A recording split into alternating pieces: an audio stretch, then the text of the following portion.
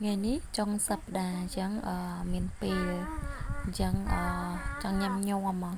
buổi nhóm bữa ngày thơ ca ơi smoke mang du một bàn nhầm chẳng nhâm miền sạch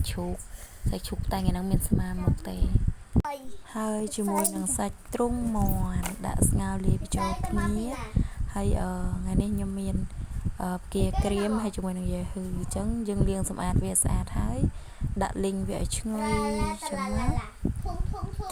ต่อมาก็ยมเมียน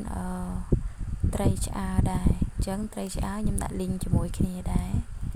លីងជាមួយគ្នាឲ្យវាឡើងឈ្ងុយទៅ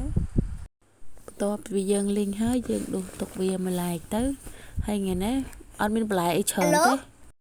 ដោយសារតែថ្ងៃនេះយើងញោមស្វាយរហូតនិយាយទៅបន្លែមកមុខបន្តិចដោយសារតែមាត់ញ៉ាំតែ2នាក់ហើយមានក្នុងនឹងមានស្រាយសមុទ្រដែរជាមួយនឹងការ៉ុតហើយនឹងជីហើយត្រាប់ស្រួយតែប៉ុណ្្នឹងឯង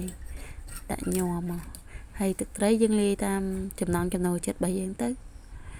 កូតច្បល់វាចូលជាទៅមើលទៅតំណើងដែរហ្នឹងណា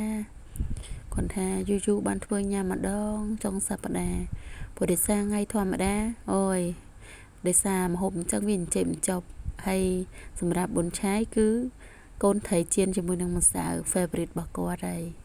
មកបងប្អូនចូលរួមឆ្ងាញ់ទាំងអស់គ្នាថ្ងៃចុងសប្តាហ៍ជំរាបលាយាយតាអ៊ំពូមីង